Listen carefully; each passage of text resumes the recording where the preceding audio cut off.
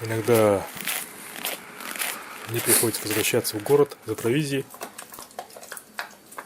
Вернувшись в цивилизацию,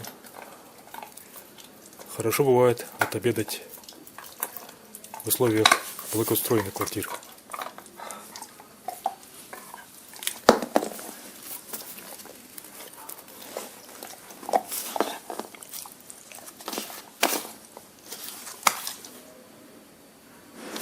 Купив булку хлеба, я решил полакомиться, но чуть не сломал зуб.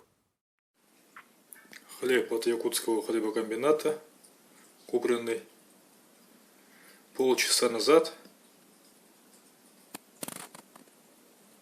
с признаками загрязнения и железными дробинами, похожими на окалину от сварки.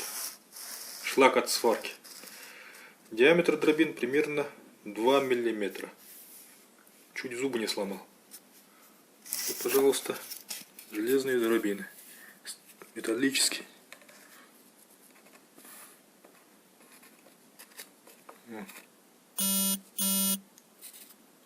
Некоторые находятся непосредственно на поверхности хлеба.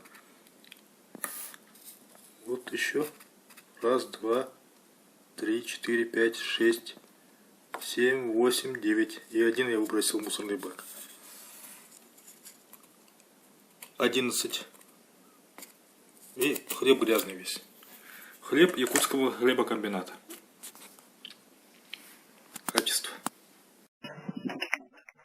Здравствуйте. Вас приветствует Якутский хлебокомбинат. Ваш звонок очень важен для нас. В целях повышения качества обслуживания все звонки записываются.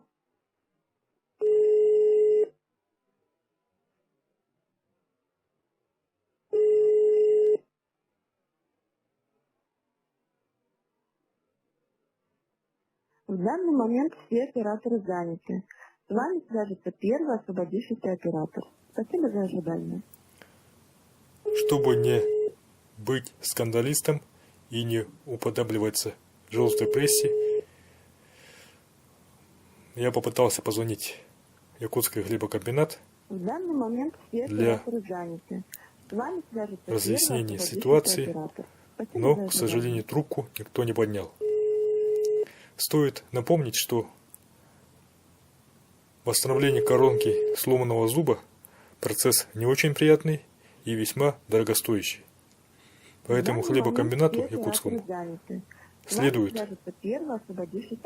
тщательно следить за всем процессом изготовления своей продукции и не ронять марку.